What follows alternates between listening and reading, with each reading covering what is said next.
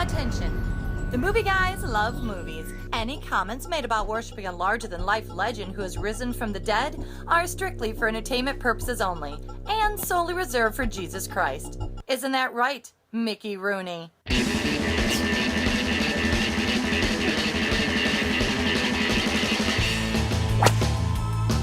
I immediately retract that opening. Take that, Mickey Rooney. He didn't come back from death, so we slam him? Well, we're equating him with Jesus Christ. It's Easter. I heard the amazing thing was, after he died, for the very first time, he couldn't do an interview. He was always... Nobody's more available for interviews than Mickey Rooney. The good thing about Mickey... Is that right? I feel like I haven't seen Mickey Rooney, and I thought he was already dead. Oh. Well. Night at the Museum 2. Last thing I saw him in. Really? Him and Dick Van Dyke were like bungling security guys. Oh, Yeah. wow, yeah. The last I saw him, outside of maybe Lifetime stuff he was doing that I didn't watch. But I'm Now- sure he played like a Santa Claus in some heartwarming thing where a dog learns about Christmas. Yeah, this where the Santa Claus is 150 and has watery eyes all the time, no matter what. I worked in a video store, and they had a huge children's section because the people that owned it had a bunch of kids. And so it was mostly kids' movies. And it was amazing the number of straight-to-video movies. Like Mickey Rooney was in like all these like really cheapo ones. There was like some creature called like Munchie's Revenge and stuff like that. And he was like the crazy uncle in that. And then like this company just clearly got him for a week and made 4 movies or something like that. Yeah. Now, we all Mickey know couldn't that say no. Mickey Rooney played that very racist character in Breakfast at Tiffany's. But unlike some of the other comedians that when they get older, I don't remember him ever coming off as being a big racist jerk like Jerry Lewis is. No, look, Jerry Lewis, notorious dick, apparently. Yeah, apparently. Yeah, I mean, I haven't met him. Ask his kids. I don't know. Ask women comedians that he's told aren't funny. Rudy was always Mr. Hollywood, as you say, looking for an interview, getting out there, smiling and laughing and telling stories about Maureen O'Hara or whatever. Yeah, exactly. Well, that's Margaret O'Brien. That's what I said. Garland. There's nothing you could need to ask Mickey Rooney that he wouldn't show up for. Like he was just always available to be interviewed. Funny you almost slipped there because I did Andy see that Rooney? in an email from a reputable news source like Hollywood Reporter or something that said Andy Rooney dead at 93. And I was like, he died 3 years ago. He has come back and then died again. We're just still telling you about it. Slow news day. Hey, welcome to the movie Showcast, everybody. Part of the vast and sprawling movie guys empire. Good night, Frau Blucher. You've reached ground zero for all things movies and comedy. We bring the two together right here on our show every week with jokes, rants, sketches, characters, bits, special guests, and more as we broadcast from the Admirals Club in the heart of Burbank Airport's flyover zone. Now, they don't stop making movies, so we don't stop making comedy shows about movies, which means you can get a new show every week on iTunes, SoundCloud, YouTube, and, of course, themovieguys.net. Absolutely free, and we encourage you to subscribe where you can, and if you do, still no charge. Basically, search The Movie Guys anywhere on the internet, and we come up. We're also on one of the fastest-growing internet radio stations out there, WBAD.net, where you can hear our show Fridays at 4 p.m. Eastern, 1 p.m. Pacific, and catch our movie reviews and articles on WBAD's website. Your hosts for the hardest-working podcast on the airwaves include myself, Paul Preston, here with Karen Volpe and Adam Witt. Hello. Lee Caius is out this week, but sitting in his chair is comedian and writer currently working for Ease the Soup Online, Tim Jennings, everybody. Hello. Thank you. But first, and most important in your hearts, don't go into the movies unprepared. We are your best source for previewing everything that's new in theaters, and this week is no different as we give you a thorough once-over of 3 new releases you have to choose from. First, Johnny Depp is back as Edward Brainy Hands in Transcendence. Then a film that is sure to entertain everyone who wants to see it. It's A Haunted House 2. And DisneyNature Bears. This Earth Day, you're invited. Oh, you're so Somewhere invited. You're invited into my house for candy. Somewhere beautiful. Come on in. Your parents say it's fine. That voice that guy has. It's super creepy. Unpredictable. Come into my van. You know he's saying this out the door of a van. Yeah. Somewhere warm, lonely. Into the world of bears. Who doesn't like Butterfinger? It also is just porny in the way that if you said that outside of a gay club, come on in to the world of bears. Ah, shit. I don't think we got any drops in bears from the Werner Herzog No, movie. we Did you? forgot. No, I think we did.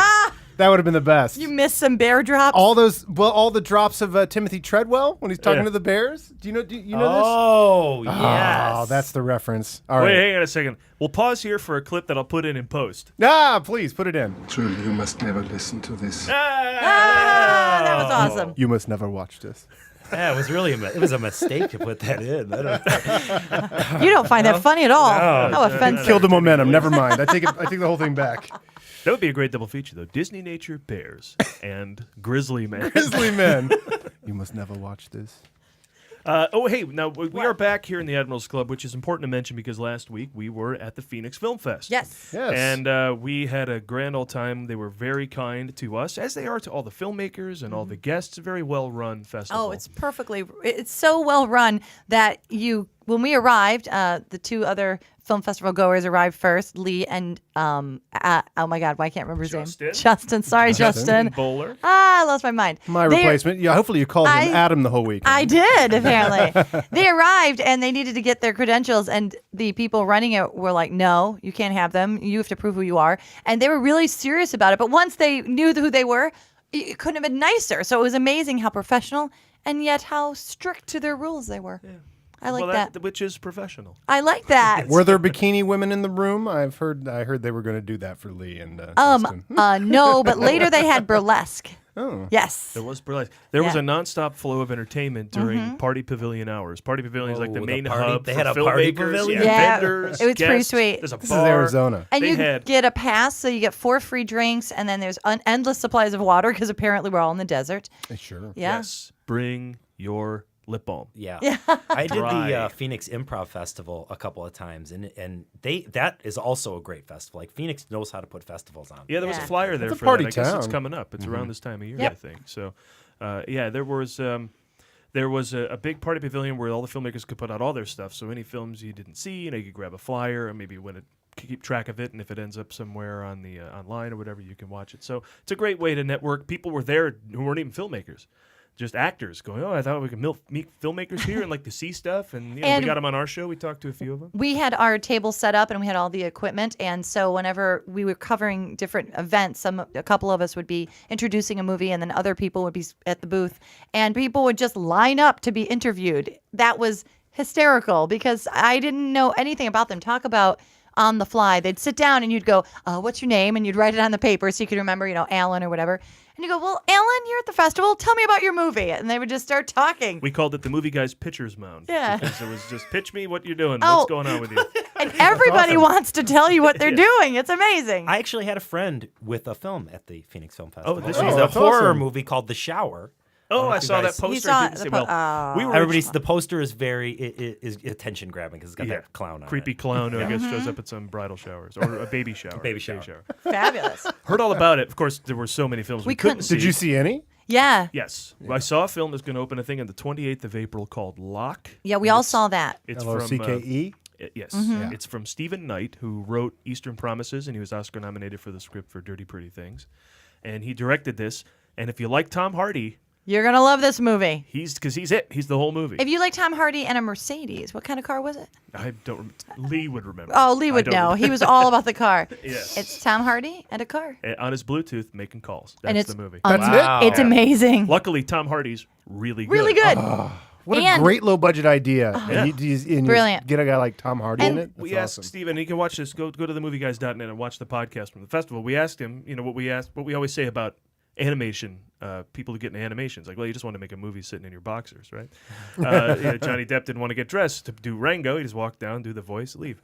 And I said the same thing to him. It's like, this got to be the same way. I mean, you're not putting in 2 months or whatever. You put in like 8 days in a car. And he's like, yep. I mean, that's exactly kind of how we wanted to run He it. even volunteered that he no longer wanted to make movies the way that they're normally made because he just does not like the time commitment. Yeah. And so he wanted to think of a way where he could make a movie and not do it for 7 months, but instead like 7 days. Yeah, he That's a great thing introduced to it admit. as an experimental film. And He was cool.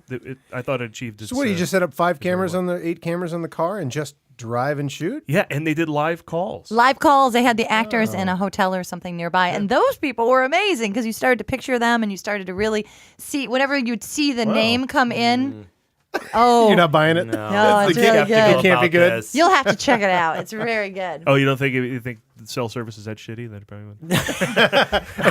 You know what? Poking holes in No the one's reality. phone could work for that long. He's right. No one's phone ever had a problem. That was so unrealistic. That's true.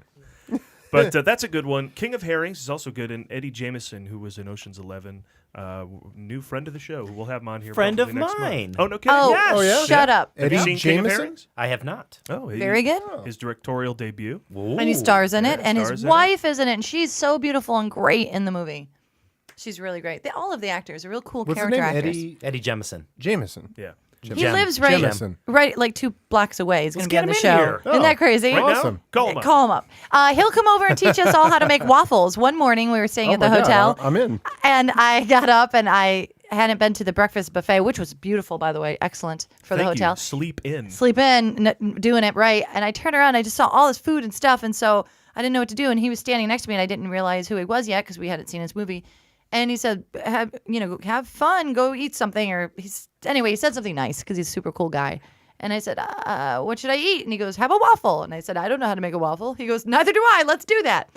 So we went over to this waffle thing, and we were putting, you'll love this, Adam. So we were putting the waffle stuff in it, but you don't know how much to put. And there's this biker dude, because it's bike week in Phoenix. Oh, same time. Same Yeah. time, Oh, staying at a perfect. hotel. Biker's watching us with his, his bitch. And so he's watching us. He's like, yeah, you need more of that juice or whatever. And we went, all right. So we put more in it. And then we shut it. And then we're looking at it. Eddie and I are looking at it, thinking this is going pretty good. And he goes, hey, you might want to flip it. I'm like, oh, sure. The biker told you to flip it? And when we got done, we're like, Mr. Biker, how do we get it out? He's like, turn it sideways. All right. And Wow. so Good I stuff. recommend King of Herrings because, especially if you know Eddie, apparently, because I don't know him so well, so I bought him as the character he is, which Yeah, is he's apparently great. like a tough guy asshole Oh, wow. who could have some redemptive qualities. You got to watch the film. and He find didn't out, seem you like know. an asshole when we were making waffles. No, but he's a but pretty like- nice he seems guy, like a but I don't want sweetheart. to ruin the movie. So he's a real nice guy. No, you're not ruining the film. You're not ruining the film. You're good. accentuating the quality of the acting to pull off Yeah, such a character. he's a great So it was actor. good on him. He's a really good actor. Yeah. And and Karen saw one that she wants to show. Oh, yes. Life Inside Out. One thing I noticed at the film festivals, and this is not against the Phoenix Film Festival, this is in general. This is against film in general. Is that I think what happens whenever people don't have a budget, which I'm okay with, is that they have to change what makes the story dramatic or what makes it really bigger than life. So instead of having explosions or car chases or something Yeah. like that, everybody's cheating on each other. So it may be a marriage cheating their special or effect. brothers and sisters lying to each other. Their special effect is deceit and lying. And Mostly affairs. Though. mostly You're right. affairs. We saw even in the films we horror saw. films, even in the comedies, everyone is just cheating on each other. Everyone's fucking. Yeah, just all willy nilly. But this movie didn't even bother to go there at all, and it was the first one I saw that had nothing to do with a husband and wife having a problem. It was a mom and a son, and it wasn't like they were really bickering either. But the dad. Except the mom had a second son. That's right. How did you know? Oh, wait, is that true? Is that true? No. No, there's no fucking going on. It was called Life Inside Out, and it's about a woman that's in her 40s who goes back to her dream of playing guitar, and her son is really odd, and he doesn't know how to fit in, and by her Sounds like an indie movie. going to an open mic, and the kid was driving the dad nuts, so she's like, just And the make him kid stay couldn't home figure out with how to do me. stanchions and And right, exactly. And so the kid showed up with her, and he's like, don't suck, because it's stupid. And he was looking at his phone, but she was kind of not great right away. But together they kept going back, and they became buddies, and he found himself, and it's really lovely. It's really Yeah, well we hope written. to get the filmmakers from that in the show. Here Yeah, it was great. sometime soon that's as well. awesome. A lot of people from LA that you Yeah. met there that Yeah. you're Yeah. on the show here. That's And they were awesome. really excited. There's another young girl we'll have on where she has this whole movie about finding music on a 45. 45 RPM. 45 RPM. It's so cool. It's a road trip movie and a movie about records. So That's Julie Jackson. That's her name. yeah, very cool. You know, I gotta say those last two movies, both of which I think No sound car like, chases. No car chases, no affairs. I feel like the trailer for both of those movies could contain the Philip Phillips song "Home." Yeah. Yes, it could. What song? It's You know the acoustic one. song. Yeah, It's a trailer song. yeah. Oh, Even DisneyNature Bears Yeah. has Mumford and Sons. In it, yeah, exactly. so those are trailer songs. Run up on Salisbury. And a shout out to Michael Terrell as well for his film "Be With Me," which we went to see. He was getting word out to us about that film. Doing good work, spreading the word about awareness for autism, and in April that was a good time to do it, so we saw that film as well. But let's get to the films that are opening in theaters. Oh, we should It's a good movie to feel guilty that I'm not doing anything about autism while watching, right? Right. Okay. Yes. Paul was so upset by the fact that he was going to go introduce the movie. He went all the way back to the hotel to get the autism bracelet that he wears all the time, except that day when he forgot I have no jewelry on. it. But he wears it finally all came the in time. handy. One of those bracelets Yeah. finally came in And handy. he didn't have it on. You never run into Lance Armstrong, and you finally ran into an One time, So real quick, if you're watching the video, you have to watch because we have a bunch of crazy at the very shit. least, look at the screen cap to see the prizes they won. We won. My favorite of which is this one right Yeah, here. that's great. This is a trophy with a praying hands, a Bible, and a cross. That is 3 things right there. And this is an award someone must have won for praying quite well. Well, it could be best prayer, or it could be best prayer. Oh, you're right. Best prayer. Yeah. Not too selfish, but a little selfish. looking out for others, but yeah. Nothing great happened right after it, but we can't always. I think all this stuff comes from a place in Phoenix called Bookman's, I believe. Yes. That's on that thing some here. some weird stuff. And they, Stuff. Come on down to This is their Bookman's. thing. We got prayer trophies. We have coconuts that look like guys. we got one of those things you throw a ball at and knock down at the fair. And if you're trying to smuggle alcohol, use this little Arizona bear. We got shit on a hat. Come on down to Bookman's. They were very present during Geek Day, and Yeah. we won this by losing We are the Beat the losers. Geek contest. They beat us. Yeah. You won all this for losing. It was This pretty was great. like the consolation prize. Oh, well, Box it's of shit from Bookman's. What Yeah. did the geeks win? T-shirts, T-shirts and stuff. and DVDs, Yeah. I think, and Who really won? You guys did. I think we won. This is the Tumbarone prize, all isn't Chuck it? Norris movies, so we're all right. Yeah, we're fine. I mean, we have a troll. This really looks like the curio cabinet in my dad's dart room. I'm like, where did Dad get all this stuff? This is shit from his college days. Yeah. I'm actually really glad to hear that all that stuff is stuff you guys won in Phoenix, because when I sat down at first and I saw that, I was like, oh, this is how they roll, huh? Now this is the first. Now we do. This is the first time this has made the show. Oh, okay. I see you got movie posters. That all makes sense. Han Solo's over in Yeah. the corner, and then this stuff. Coconut guy. Okay. Our knickknacks. I bet all the knickknacks have their own voice. Well, we didn't have room for the giant penny and the dinosaur. Or for the love of God, let's We get on to our haven't first got movie. past the first page. All right. Our first film of the week is Transcendence, a film Wikipedia describes as a British-Chinese-American science fiction mystery thriller. Oh, God, not another one of those. Karen, let's talk about it. Super interesting mystery fun. Johnny Depp gets an upgrade from lovable and maybe drunk to rule of the entire world and transcendence. Does he have great management or what? Transcendence tells the story of Will Castor, played by John Depp. 'Cause Johnny, I mean, he's like 50. Come on, lose it. Depp plays a scientist working in artificial intelligence who has come up with an idea to create an omniscient, sentient machine allowing computers to transcend the abilities of the human brain. What could possibly go right? Where does he get the idea for this artificial intelligence? To develop new methods for the early detection of cancer.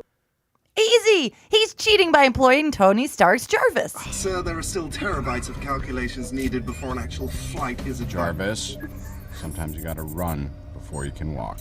Oh, that is cheating. That is Jarvis. Can we just listen to him talk for the rest of the show? Jarvis or Paul RDJ? Bettany, there's a great movie called Cross. I'll bring it Iron over. Man! You guys are dumb. But aside from every logically cautious person on Earth, this development is also frowned upon by anti-technology group called Revolutionary Independence from Technology, or RIFT, led by Cillian Murphy, who sends them this threatening message. He's anti-technology. Sorry, it was so nasty we had to bleep it. Breaking one of the most ironclad rules of cinema, that being never trust Cillian Murphy, the scientists allow Will to be assassinated by Rift. I assume a clap by horse and buggy stoning? Here's how the bad guys are. Here's how bad the bad guys are in this movie. Let's hear from the group they want to stop. Okay. Through transcendence, we can repair our planet. We can cure diseases that plague human life. You said it. Oh, yeah. Through what? They want to keep disease and hunger going Apparently. That's how bad they are. If Rift wants us all to be off the grid so badly, all they need to do is go to my hometown. Most of the Midwest can't even get cable anyway, so I don't see how Depp's going to technologically take over the country. Yeah, you're right. Now, with Will hanging on by a thread, the AI group has no choice but to upload his brain to the program he created and give it unlimited power and pretend to be surprised when that goes horribly wrong. How could that go wrong? Basically, they try to save Johnny Depp by keeping parts of him alive after death, like Walt Disney. Then he ends up taking over the world, like Walt Disney. I'm sorry, Dave. I'm afraid I can't do that. I'm sorry, Walt. You know, you were just saying they want to keep parts of him alive. I would like to vote for a part. Easy does it. All right. Here's Depp's new half-human, half-artificial intelligence taking over the world in an exciting clip from the trailer.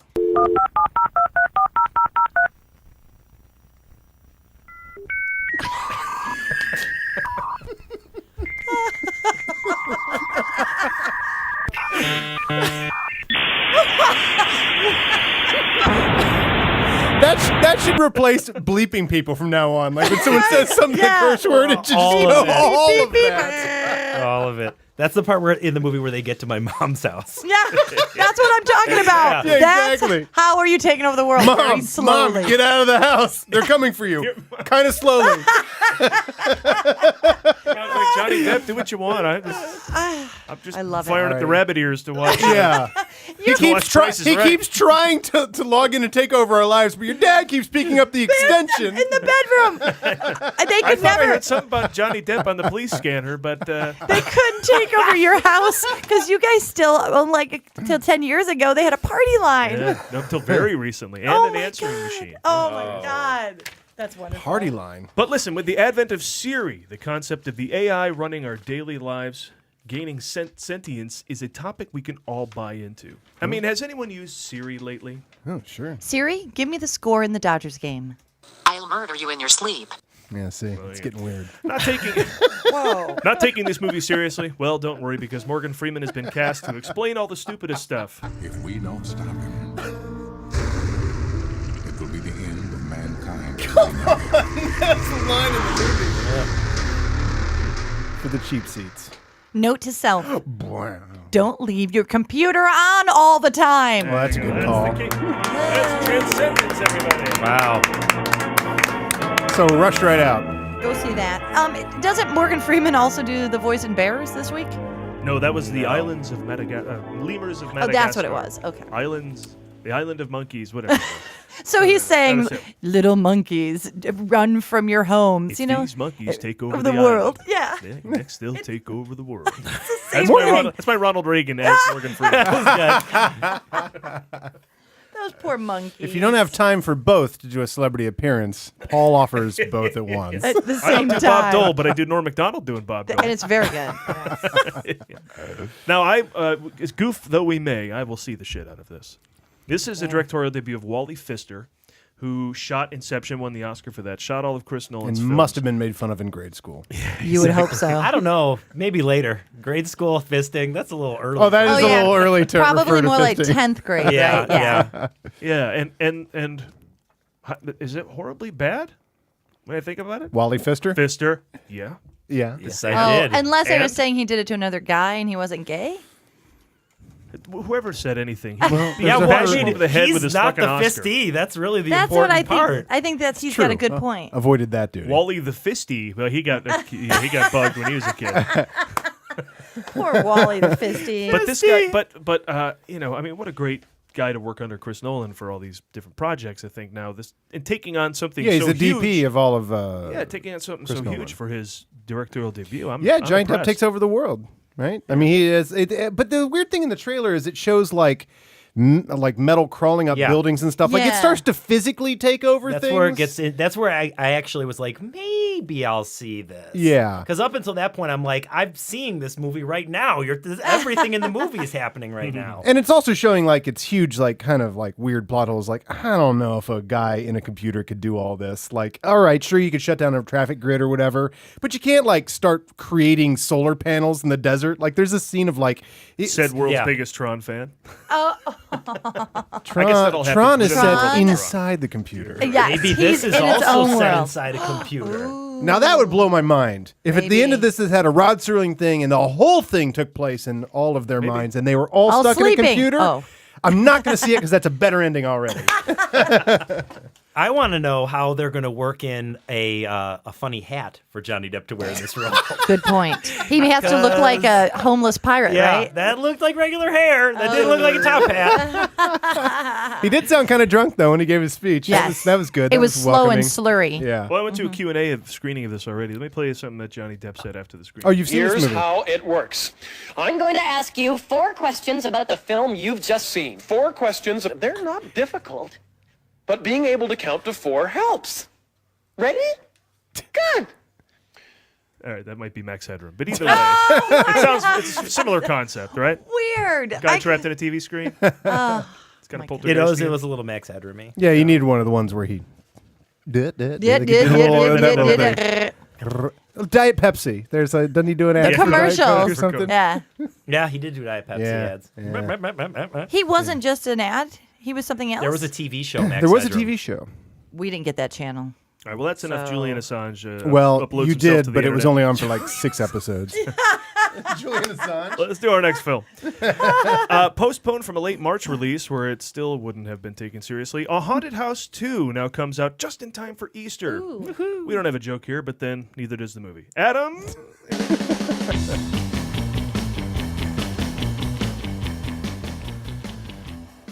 A Wayans returns to the big screen in a horror parody like the other one in A Haunted House 2, the sequel to the one parody horror movie with a Wayans in it that's not the other one. But a better title for the movie might be the 5 plot keywords that IMDb places below the plot summary. If that's the case, this title would be Screaming Neighbor Chaos Profanity Sequel. Tim, our special guest, do you know how to tell the difference between the Wayans brothers? I think one of them has a cut on their face, and then other than that, they're a mirror image of the other one, right? That's true. That's true. And then they feel each other's pain. Yeah. Also. G.I. Joe reference. Thank you. Why is it a G.I. Joe reference? Please explain. That's Tomat and Zaymot. Tomax and Zaymot. There we go. Their names are spelled I will the take your opposite word for of one another. They were members of Cobra, and I'm pretty sure they were Cobra's accountants because their job was never described. They were Cobra accountants, and they would finish each other's sentences. We'll have to work up Tomax. Well, that one we'll have to do. Okay, where the hell were we? The actual difference between the Wayans brothers is Marlon is the one with business sense because he's the one that decided to parody cheap horror movies. The first one of these made $40 million on a budget of $85 in Old Button and Cedric the Entertainer. Of course you spoof Paranormal Activity. You don't have to buy a second camera. Who would have thought that Marlon would be the Wayans that's still making movies? Damon and Keenan Ivory must be rolling over in their beds of money. For those of you who might have been doing something else the week the original A Haunted House came out, it's the movie that spoofs all the latest Paranormal Activity films. It's not Scary Movie, okay? No, this is the Del Taco of horror parody movies. It's not even good enough to be Taco Bell. Then again, this film is recycling the same premise as the first A Haunted House, as they spoof the Paranormal Activities films, which recycle the same premise film after film, so who's the idiot here? And good news for the moviegoer, you don't have to wait for A Haunted House 3 to spoof movies like Devil's Due or Oculus, which are in theaters now. Go see those films now. We're pretty sure you're going to laugh your ass off. The one thing I can say about the trailer for A Haunted House 2 is that it does look better than the first A Haunted House. I also find 3M to be a superior testicle sandpaper over Klingspor.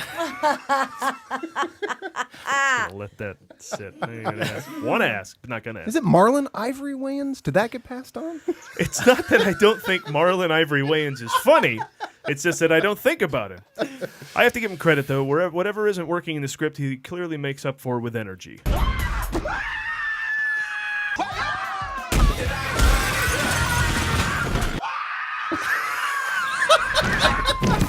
He's got vocal cords of steel. That's a lot of screaming. So much screaming. He works out before they shot that. He worked out like somebody learning how to operate a lightsaber for Jedi duels, except it was all him and a coach screaming at each other. Awesome. Use the Force, Marlon. A Haunted House 2 is a generic title for a generic movie with generic comedy. This should just be called Movie, a comedy. In the end, this is just another found footage movie where the footage is found, sadly, by the moviegoers. And there you go. Damn. Wow. Woo! Now, what other This doesn't comedies are look coming good. out this week? The Bears Okay, movie. So then you should go see a Haunted House. Well, I'm just saying, if you're up for a comedy, there's only one. I mean, they're giving the audience what they want in a roundabout way. They're giving the audience what he wants. That's true. So, Tim, Yeah. you going to scary? You going to a scary movie too? Scary Movie 7, Haunted or Movie whatever 7. Yeah, I'm gonna go see Haunted Movie 7. If I need to, take a nap, or if I, really want to just punish myself one afternoon, I'll go see it. The thing is, you have a child now. You haven't even seen Captain America: A Winter Soldier. No, I have a lot of other things. I need to take I mean, care of. you're not going to rush out of the house to see. I have a second child on the way. It's coming. Do you really? Yeah, it's coming in a month. This is an exclusive. Yeah, that is I an mean, not for you or your wife, but But for our audience, My wife doesn't know either. doesn't she know? Poor thing. So who's it with then? If it's I'm just kidding. All right, here we go. I did a Johnny Depp style like Transcendence. I made it myself. The way he manifests. It's out there. Yeah. Can take over the Want to world. bring up my baby? Just hit www. yeah, if you put this peg into that hole, you get AM radio. If you put it in this one, you get a baby. baby. It's like, That's how it happens.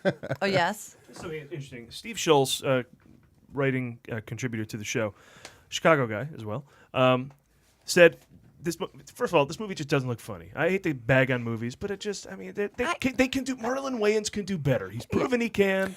This doesn't look promising. I would love to be surprised, as I always do, but I don't hold this out. looks like cash and checks. I mean, this movie just looks like cash and checks, doesn't it? Yeah. Like I mean, this movie was written extremely quickly. I want that to be a cop duo. Cashing checks.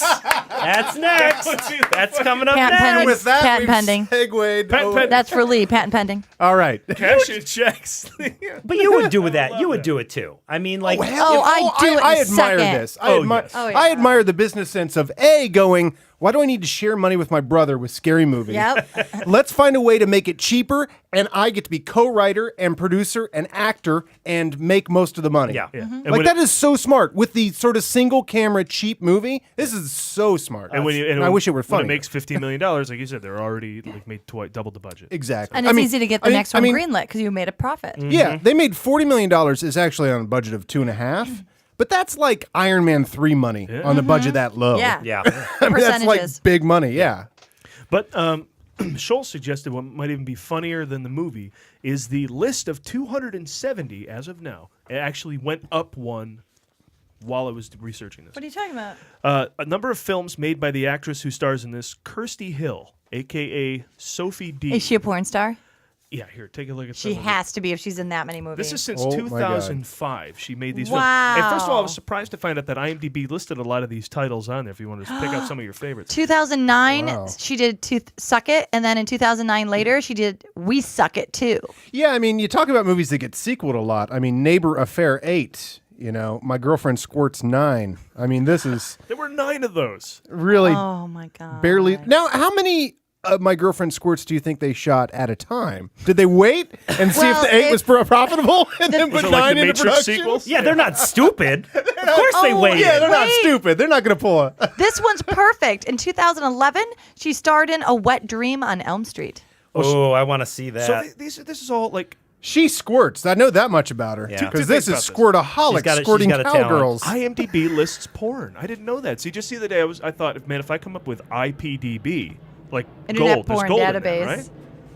Yeah. I can't believe that's. I feel like that's new. Is that new? I don't know. No. They've always had some porn on there, but there's a lot of gaps. And I cannot say Well- that of Internet Adult Film Database (IAFD), which is very complete. It is out there? Oh, okay. Very It's already out complete. Well, the thing about this is perhaps she is a real star because this is a lot of work. It's so funny. I don't know This is anything a lot about of her. ass bleaching right here. Well, this is what I love. She's going along, right? She's going to squirt titty cream pies too, anal appetite, squirtgasms, let's breast fest, I love anal too, and then the next thing, an episode of New Girl. 2013. She was just like, boom, I'm going legit. Next thing you know, the Hungover Games, I don't know what that is.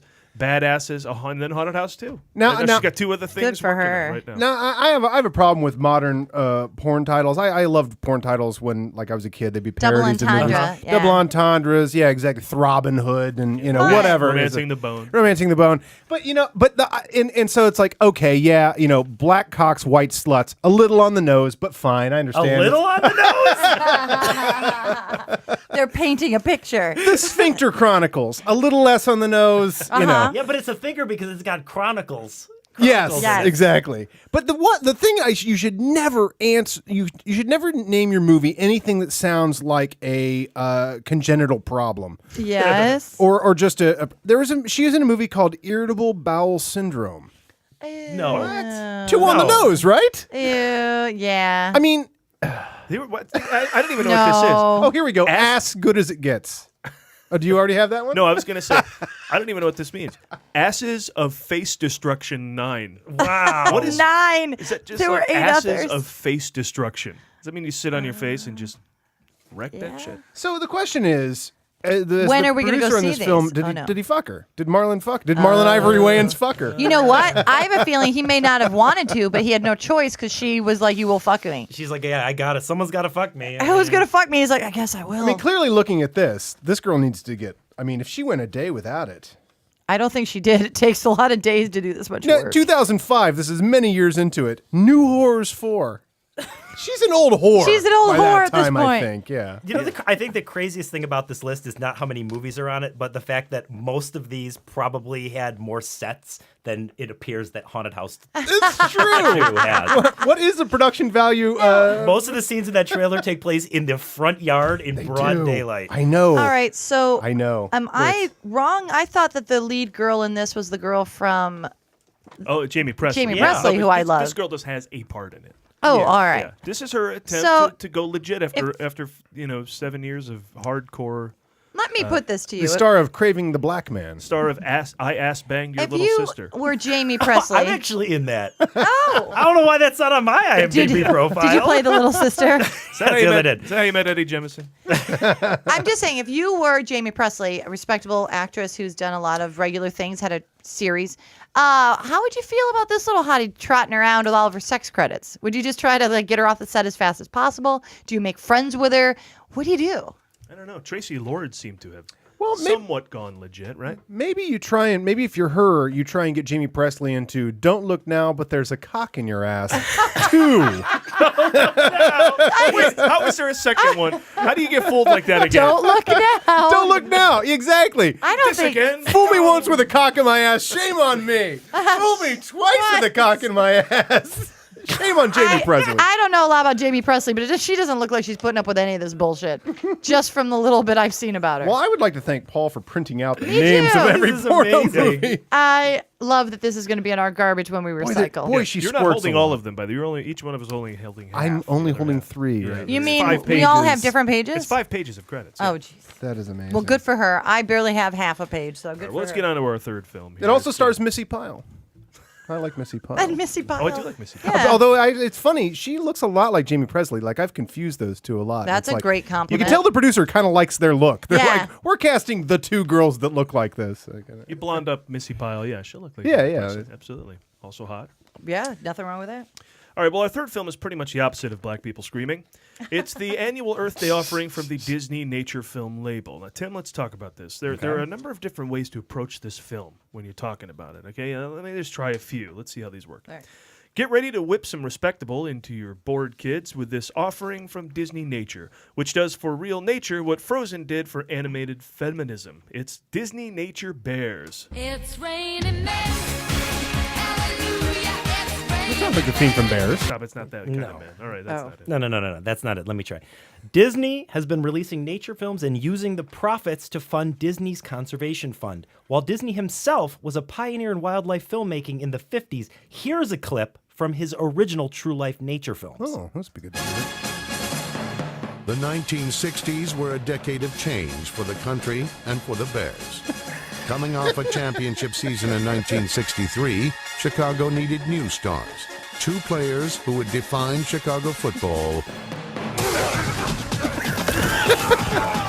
From the University of Illinois came linebacker Richard Marvin Butkus. They added those sound effects afterwards. That's amazing. They had to. All right, it was that or hot on the heels of draft day. It's Bears.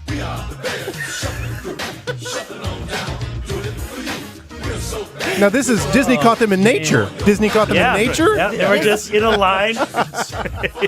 Just caught it quick. Get them. Don't Three spook of them had saxophones. Don't spook them. Don't spook them. Just let them keep shuffling.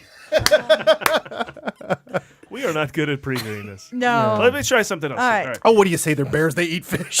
Like, what are we gonna do? Stretch that shit out for 90 minutes. Movie. All right. In DisneyNature Bears, we see the bears up close in their native environment, acting as they do in nature. Tell me, why do elephants have trunks? Why? Because they don't have glove compartments. Waka waka. Get it? Trunk, glove compartment? Waka I don't think waka. that was a clip either. Hold on a sec. This is it here. Just like other Disney nature films, the amazing thing is they never catch these animals on a month where nothing happens. That's true. That's true. I mean, what are the chances that in the course of filming, a bear would pal around with a human and sing songs? What? Let's play a clip. I know. Now this is a clip from Disney's Bears. DisneyNature Bears. Yeah. Yeah. That's it. They're good singers. I mean, I've never seen one sing. They're shooting. I mean, bear. It just happened. Thanks for the support rod on that. You want me to clarify? Holding Keep up that clarifying? You want me to keep clarifying? No, the crazy thing, guys, as you're listening to the Jungle Book. Wait a minute. I don't If I understand. could add some gravitas to Someone this. had a camera on So them. what you're saying? You know, I want to point out that the monkeys and the hippos are playing instruments in the background. I mean, That's going to be that's a separate. So nature Karen, film. what you're saying I'm is that saying while they were rolling the camera, it's just, and they did, like you said, they didn't spook them, and they were just singing. we have fun here. All right. All right. All right, let me give it one more chance here to Okay. try and do this right. I think we can introduce this correctly. Disney stalks a mother bear and her two cubs through the wilderness, hoping for the perfect shot. To capture on film the struggle and triumph of a creature both fierce and lovable. But this is Disney. It's not like they're going to shoot and kill an innocent... Oh, no. Quick, the thicket. I can't. Oh, my God. How did you listen to that? Yeah. Who didn't cry when Old Yeller got shot? I can't take that. You can't play that. Poor Bambi. Poor Bambi. That scene, by the way, DisneyNature. suspiciously absent from the children's book version of Bambi. Oh, yeah? Suspiciously absent. Did Mom just fall asleep and not wake up? She just disappears. Yeah. Mom It's went winter. shopping. Where'd Mom go? Oh. Have you read this to your kid? I have a lot. And realized you're being lied to at a young age. Yeah. Like the world is already I'm lying adding it to you. myself. I'm going to add that scene in next time. Just draw it in with a piece of paper. Just stick that in with a little stick figure of a deer and then a hunter. Ah, sick. All right. All right, Paul, we're obviously not the ones to talk about DisneyNature Bears. We've made Thank that you, Tim. Okay? Let's let a clip from the film do the talking. Yeah, That's seriously, smart. let's just play a real. I read somewhere that their periods attract bears. The bears can smell the menstruation. Well, that's just great. You hear that, Ed? Bears. Now you're putting the whole station in jeopardy. That's just That might have been great. Anchorman. Might have been Anchorman. All right, listen, IMDb doesn't fuck around, right? They'll have a concise description of the film. Sure. A documentary that follows an Alaskan bear family as its young cubs are taught life's most important lessons. You can actually see Russia from land here in Alaska. Oh, my good Lord. Let's keep going, even though we weren't really gonna don't be know what happy we're until- talking about. The bears in this nature film are earthy conservationist bears, and they're Good. just as concerned about the environment as you. Watch them eat fish from streams, knock down tree branches, and shit all over the place. I see the parallels. The trailer announcer says it's a story all families share. Because every family goes through that rite of passage where they drag their children up snow-covered mountains and swim through rivers to a Mumford & Sons soundtrack. They do in my hometown. Well, they don't have cable. That's right. Yes. We've learned. I remember my father letting us ride on his back as he swam, and then he ran to fight off a wolf, leaving us in the water, and we're like, what the fuck are you doing, Dad? We're drowning! family. Oh, that's a nice memory. Yeah. Sounds adorable. I can see why they scrapped DisneyNature Bear Who Eats Its Young and greenlit this. Oh, by the way, shout out to Wreck-It Ralph fans. That trailer announcer isn't John C. Reilly, but he does narrate the film. Hi, I'm Captain Steve Brule. All I know is if the Always knew Bears that. don't sing country music, I'm not going. Well, folks, this concludes our show. So thanks for bearing with us to the bare end and barrel around to see us again. This is a good way to go out. What on do you this bit. say, Sammy? I say, y'all come back. You hear? We hope that you'll be coming back Oh again. my God. That you drop in to see us now and then. Who do we hate, ourselves or the audience, or this movie? I can't tell. Wait, is this from the movie or the rock or the show at the theme park? That's the Country Bears. Yeah, that's the. That's the long Oh, from the movie? No, from the theme park. Yeah. Wow. DisneyNature Bears. And it's only the authentic Now- adult scientists who explore bears can. Now, when we were at the film festival, because Adam, you did not get to be part I of did this not get to ridiculousness. suntan. When we were introduced to the different movies, we Lee had a brilliant idea that Paul would be the straight man as always, and we would play the idiots who bother him. So Paul would start and say, "Hey, everybody, we just want to say all this great stuff about the different filmmakers and then tell a little bit about the film." And then us idiots would raise our hand and say, "Oh, wait, I just have a question for you," because he would do his question and answer beforehand. And then we'd say, "Can we use our phone to take pictures?" "No, you can't do that." "How about if I want to just text?" "No, you can't do that." "Can I just yell to my friend?" And that kind of thing.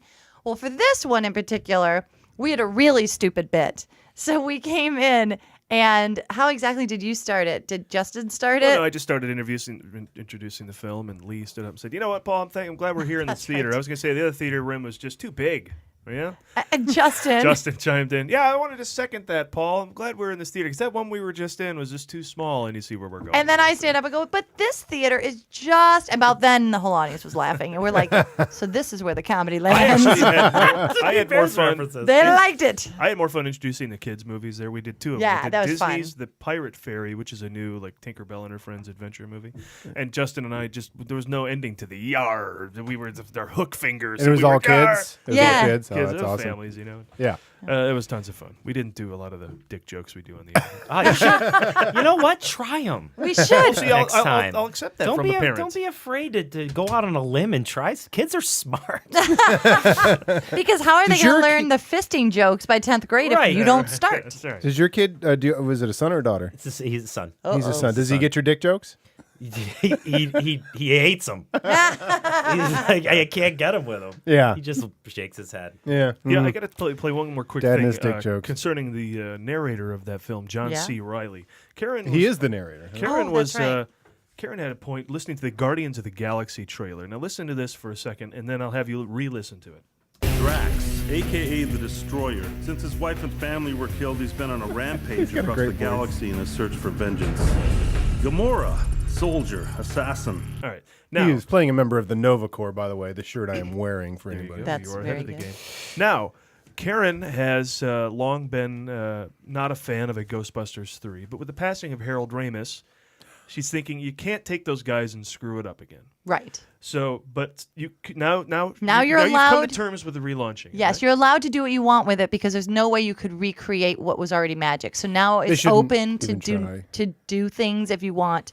And let's It should just be Channing Tatum and like No. action people. That's and what I'm crazy saying. shit. But listen- Not that. Do listen this. to this with Egon Spengler. in mind. Oh. Yeah. Drax, a.k.a. the Destroyer. Since his wife and family were killed, he's been on a rampage across the galaxy. That's in him his search for explaining vengeance. one of the ghosts. Gamora, Yeah. soldier, assassin. Ectoplasmic on and on over a entity. dozen Yes. counts Yeah. of murder. I would love for him. He does. Oh, He does man. sound like Harold Ramis. Is Yeah. there going to be? I mean, is it going to be the same crew of Ghostbusters just played by different people? I assumed hope it was. not. I don't gonna think be new so. Ghostbusters, I hope Yeah. so. and I hope they give Slimer a backwards hat. That would be awesome. Or droopy drawers. Yo. Sup, bitches? Yeah, I mean, I think they were going to do a new generation of Ghostbusters, and then the others were the mentors or whatever, retiring or whatever. But yeah, I think they should just do It a should just do be a a reboot that's franchise. an Just action do something else.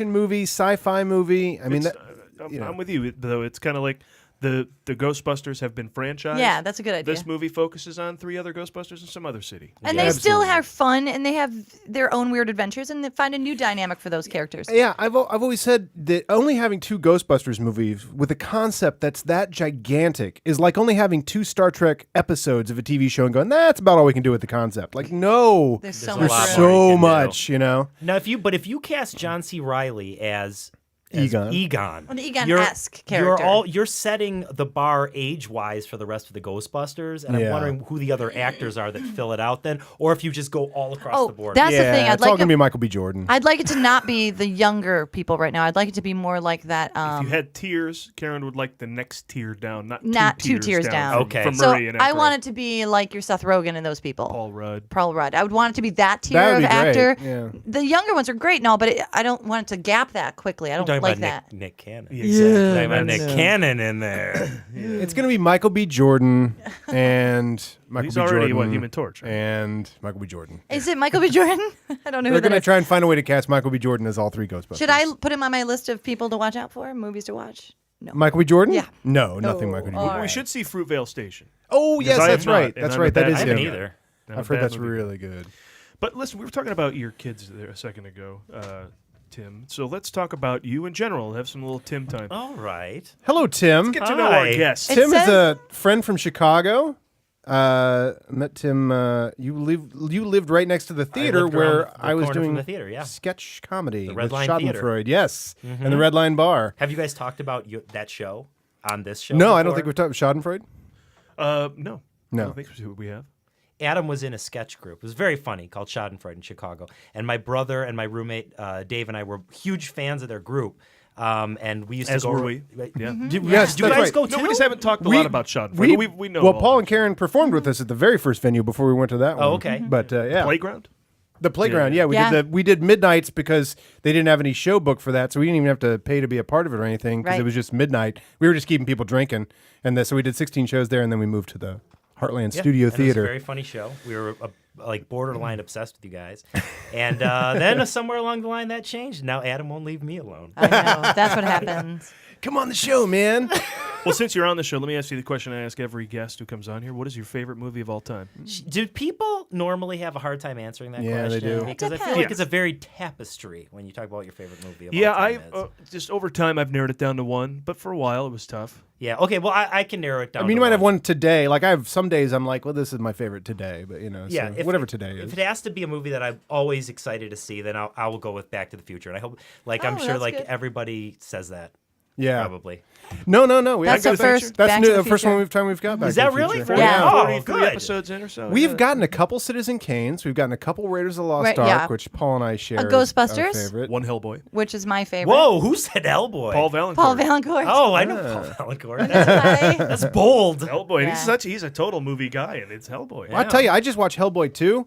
That is a lot of movie. That's better than the first one. Hellboy I was 2. surprised how much I liked Hellboy too. There's so much to it. It's Yeah. really great. It gets to be a full Guillermo del Toro film, Yeah. but also a Hellboy film. It's The really production design's really incredible. And not for nothing, last July we interviewed Lloyd Kaufman, and his favorite film of all time is one I couldn't even tell you. It's some foreign film. like some Foreign French he saw film or once. something. He's never seen it since Lloyd because Kaufman. he doesn't want to wreck the experience. So that's Lloyd Kaufman. Right. Yeah.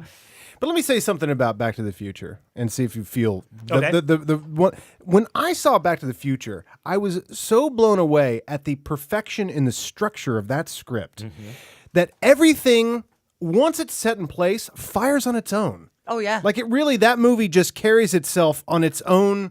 Like what it builds up in the first 45 minutes or something, it just can't be undone. It just becomes this machine, this enjoyment machine that carries you to the end. I mean, I just remember I saw that 2 or 3 times in the theater, and each time I was like, I just can't believe how well written this movie is. Yeah. And I think that's the first time I really internalized the writing of a movie. Yeah, it sort of boggles your mind when you think about it and how everything needs to fit together throughout, not only throughout in that first movie, but also throughout the course of the series. That you're Sure, like, yeah.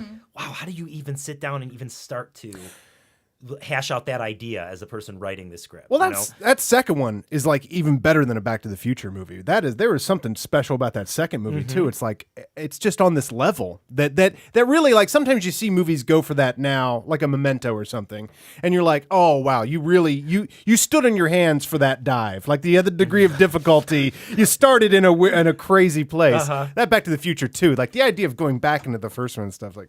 Oh, fuck there you was guys. there was a film at the film festival. It was a short, and I can't remember the specific real name of it, but we called it the Spider-Man short.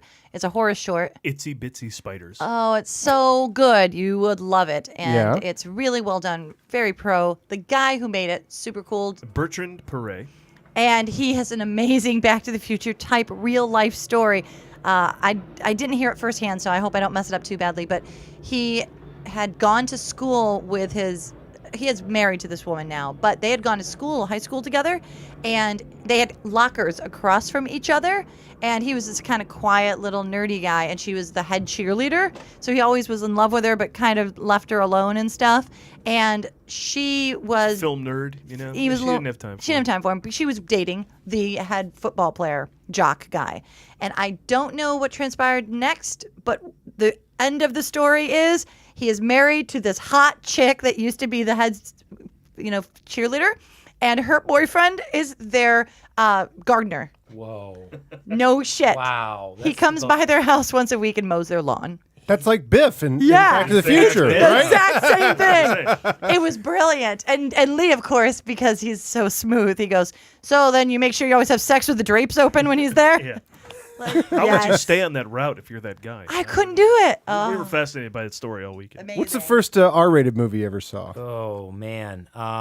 In the theater. Oh, In you theater, know in what? theater, I yeah. actually, I know what it was 'Cause that's a big thing. and Yeah. it was Going. really, it's weird. I was on a cruise with my family, and we were seated at dinner with another family, and they had a daughter my same age, and I decided I would ask her if she wanted to see a movie with me on the ship because they had movies, and we went and watched The Untouchables together on a date. It was a good, The Untouchables is a good movie, but not for like two 10-year-old kids Yeah. who are like on a date and should be trying to hold each other's hand and not watching. I love that you're Al Capone beating someone with, with a baseball bat. That is exactly the scene I was thinking of. Were you holding hands when that happened, and then you let go? We kind of didn't know you what put to the other do. hand on. You're like, You're like, oh, no. oh, this is scare. Hold me. Wait, He's you're never going to reach in the hang popcorn on. bucket all the way to the bottom with this happening. Dude, here's the thing. You're stuck on a cruise ship with this girl, so if it doesn't work out, you're going to see her for the next 7 days. Yeah, but you don't know that as a 10-year-old going on your very Wow. first date of Good all point. time. You're Yeah, good working the point. system. Nice job. You know? And you had to eat dinner with her every night, right? Because don't they Every always have the same people? Do Yeah. you still talk to her today? Do you know? I don't. I often friends on wonder Facebook. what happened to her. Oh, look her up. Yeah. What sort of stuff are you goofing on at this soup? Yeah, The you, soup? you write for the Soup Wait, I online. want to Yeah. get the website right. The soup. It's thesouptv.com. TV.com. All right. Mm-hmm. We try to cover sort of the things the soup would cover if their focus didn't have to be so Rigid and yeah, programmed, yeah, like it because they clearly have the voice is the same, the topic range is much broader as far as pop culture goes. And are you the sort of decider of what goes on and what goes off? Or? I am. You are the like decider. You are the decider. I'm the decider. You're the head guy. I just silently give thumbs up or thumbs down, and then I pull a curtain across my desk. That's how it should be done. Yeah. No, it's a great job. It's really fun working on The Soup. Is a super fun show. The Soup is a great show to work on. It's really laid back, and they pretty much let my team and I do whatever we want to, so I can't complain about that. So, like the producer of the show, he doesn't really have any say, or is there any editorial thing like There's that a where he's little like, bit. we would never say it that way, or Not really. I feel like we nail the voice of the show most of the time. Occasionally, I think maybe 2 occasions they've come to us and said, that's not really, you guys, maybe that's not really the kind of thing we do. Yeah. But for the most part, they have no complaints. And the only time really they come to us is if there's something they specifically want us to do. Yeah. Feature this clip from the show or something like that. Otherwise, we're out on our own, and I have a really great staff of writers that I hired that knows a lot about the things that are happening on the internet, and it's a great mix of like pop culture people that like care about stuff like fashion, and pop culture people that care about movies, that care about video games and geeky stuff. So it's a good mix. It's a really fun group. That's cool. Yeah, That's is it ever fun. like you get to cover stuff that the show won't touch? Like, we don't have any South Korean ferry disaster jokes. Tim? No. Because someone online really fucked up that, and it's a funny clip. It's like, oh my God, do we dare touch it? We won't. Sometimes we'll touch things that the show can't do because there's just no way for them to set it up and have it be smooth or and also like the internet's kind of like, I mean, it's like the Wild West a little bit. Yeah. Like, you can get away with a lot more on the internet because it's like no one's looking, Has there ever been any controversy under your purview where you posted something that everyone was like, you can't say that? No, there hasn't been a lot of controversy, but I will tell you the time that I felt the internet's wrath. Oh, yeah? When I posted something. I wrote an article about how stupid the commercial for Nicki Minaj's perfume is. Yeah. And Already then that seems stupid. But anyway, go ahead. I found out that she has a perfume, and I said, well, there's got to be a commercial for this perfume. And there was, and I watched it, and I'm like, that's incredibly stupid. And then I saw the bottle, and the bottle for the perfume looks like Dot Matrix from Spaceballs, but like pink. Oh, my God, that's hilarious. With gold hair. I'm looking it up because I want to see. And I wrote this article really just shitting all over Nicki Minaj's perfume.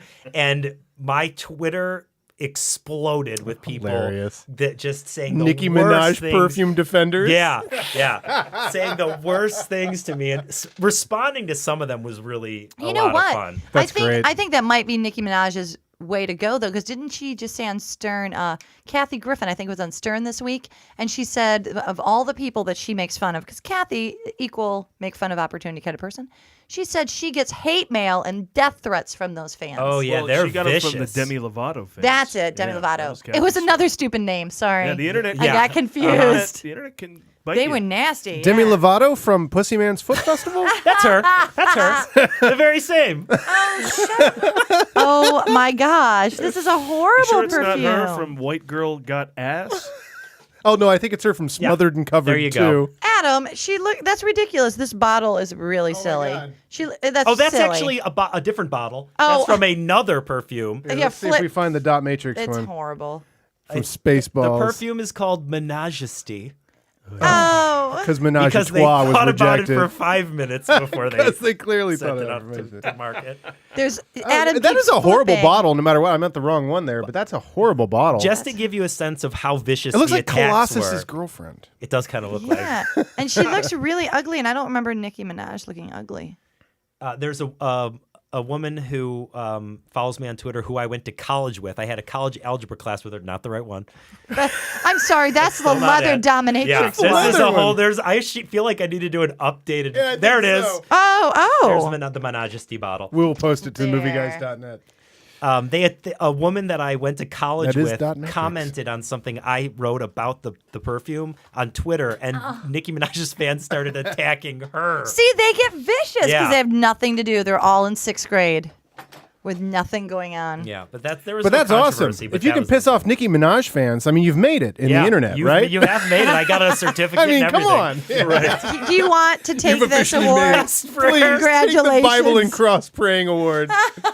I'm going to win another one of these things. Just thanking you for this. Well, of course. If you receive the praying thing, you're like, well, of course, I'd like to thank God. Could you imagine? We're playing with the Bible trophy again, for those of you not excellent. watching the YouTube. On Holy Thursday. I'm going to put, oh, I know. I'm going to put that right next to the coconut monkey. Did you win that for Jug Fuckers 4? You know what? Do you have those that of you turning NFL in late. music? Do you have that NFL music? That would have been awesome. No.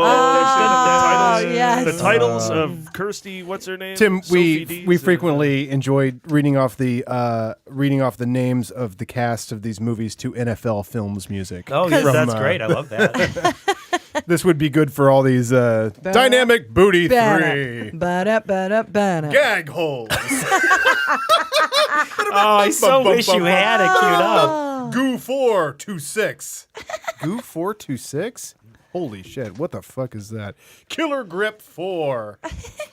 What sort of shit did you do that caught the eye of E in the show? I worked with one of the producers of the show on of all things, a what ended up actually being a very funny comedy series for Playboy. Then this fits right in for you. Yeah, I've seen all these for the Great. show. It was called The Stash, and it was actually just like The Soup, but with porn clips. Oh, that's perfect. Oh, the porn stash. Yeah. Nice. And it was a great idea, and we executed it, I think, really well, and no one will ever see it because it's on a subscription porn channel. Yeah. Oh, well. You know all the people subscribing to Playboy to laugh their fucking dick off. You know how many people say that they like Playboy for the cartoons? Yeah, the well, cartoons. you think you work for something obscure. I edited some hotel porn for a network that's not the Playboy channel. So if you're lower than that, then, I mean, not that I need anybody to see it to brag about my editing. Is your mother listening tonight? Very easy to edit. Right. My mom knows. I worked on a second show for Playboy it's a talking head show that actually is in its second season right now, called Walk of Shame. And when my editor and I would be sitting amongst the other editors for Playboy editing our comedy show and laughing, we would be we couldn't see what was going on around us. And then we would stand up and we would see all the editors cutting hardcore porn around us. Oh my God. And it looked like, do you remember the scene in The Dark Crystal where that thing gets its soul sucked out of its body? It was like someone took a bunch of those things and sat them in front of computers and just made them edit hardcore porn. You're doing the gay stuff today, Phil. Okay. As long as I get my Carl's Jr. at lunchtime, I'm okay. Yeah. Yeah, well, luckily I never did anything. But we living the dream. Mine was girls like hula hooping and shit naked. Oh, that's cute. Or jumping on a trampoline. I think you told me. Yeah, we had jumping on a That's trampoline. nice. We had what's the slip and slide? New slip and slide. Oh, you're doing that. And, it's like You know what? I can tell because you're still able to smile with your eyes. right. Yeah. Exactly. It's not editing cock squirters 12. All right, let's go from some Blacks, blondes, and one Asian is the name. Just that one. Sophie D did in 2005. See if you can guess who. Oh, here we go. Who normally does this? All of us. Just read one Yeah, you off. just take turns. Go But around you in gotta a circle. do it like this. All right. Milk nymphos. Storm Squirters 3. White girls got ass too. The King of Coochie 2. Nasty White Amateur Blowjobs 2. Gag holes 1. Masturbation Nation 2. Blow it out your ass. Only hand jobs. Squirting cowgirls. This one's called Not Monday Night Football XXX. Oh, wow. Not even fits I in. guess that's the parody. What a booty 6. Here we go. Barely Legal 76. What? Barely legal. They're up to She made a lot of damn movies. 76. 400 movies in That's like amazing. 5-7 years. Wow. Something like that. Hey, Tim. Yeah? What's the movie you only know because cable ran the shit out of it? Oh, man. It's one of the weird movie guys questions. Yeah. Oh, I wish I would have had time to think about this in advance. okay. I watched so You can come many back. bad movies. Yeah, like Solar Babies. There's no reason I know that except just cable ran it like crazy. I think mine was White Knights. Oh, saw that a White lot. Knights, yeah. Yeah. Yeah, it's just funny. Like, I mean, I don't know if cable does it anymore, but like when I was a kid, when I think this room largely was a kid, like they would just do those weeks where they would just run the movie like 3-4 Every times time a you day. turned it on, Yeah. it was there. You know what? Actually, what I think what movie it was for me is The Legend of Billie Jean. That's yeah. a very Helen HBO Yeah. ran to death movie. Yeah. Constantly on. Yeah. Wait, Helen let's Slater. translate that question into a little round of. What did you see this week?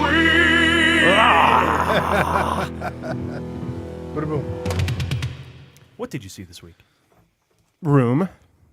I can tell you last night we finally saw, because we were out of town with, because after Phoenix Film Fest I went to NAB in Vegas, which was really cool, and I was a host at the Canon stage where I was introducing filmmakers all day. That's pretty telling cool. about how they shoot stuff. Sure. Like Shane Hurlbut and how he shot Need for Speed and Act of Valor, the head of the ASC, some award-winning documentaries. Did he just reveal that for Need for Speed you just phoned it in? Wouldn't that be a great place if you're in NAB and you're like, I kind of phoned it in. I'm telling you, but that's the great thing. I think I can tell all of you. Yeah, we're gonna let this, get this out there, get it on the open. Not so much. That dude shot the shit out of that movie with 50 cameras and 4 different kinds, and the footage all matches together. It's not like the old days where you're like, well, we shot the video and film or whatever. They look different. It was crazy. They would smash them up. They'd stick them under cars, little GoPros and stuff, and just smash the cars in pieces. And he's all in the same. Wow. Like when he shot Active Valor, he's like, shoot the shit out of that box. Shoot right at it. They had live fire and everything. Wow. If you ever get the chance to see a Shane Hurlbut presentation live, the guy is super energetic, crazy. And even if it's a movie you don't want to see, like Need for Speed, which I didn't. Now I want to see that. Yeah. Now I'm interested. That's cool. But anyway, so that's a sidetrack. The point is we got all that time out of town, never saw Captain America: The Winter Soldier. I haven't seen it until last night. Oh, you saw it? Yeah. Oh no, should I take my headphones off and leave the Oh garage? no, we won't tell you anything. No, right? I won't spoil spoilers. it, but I was don't want to surprised. ruin this for a fellow. Yeah, but I was surprised how I thought it was rather dark. You know? I've heard that. And perhaps, it has to be. It's the Empire Strikes Back of the Captain America trilogy. But it's not brooding dark. It's not, woe is me. No, it's not My parents are Batman dead, dark. My planet's blown up. And I think you read the same article. Yeah. I Well, that's did. right. Yeah, which is, I think that they make a good point. There's an Woe article is about me. difference between Warner Brothers and Marvel, or the Superman movies and Marvel, is that they're just so brooding on the Warner Brothers. It's like, woe is me. My planet's gone. I'm so sad. My parents parents were are killed dead. by the I'm so Joker. sad. So I mean, I'm glad I read that because that would be my response for the darkness of Captain America. Is it's not brooding. It's dark themes. It's just a lot of death. Bad shit's happening. Like a lot of death. Like a lot of death.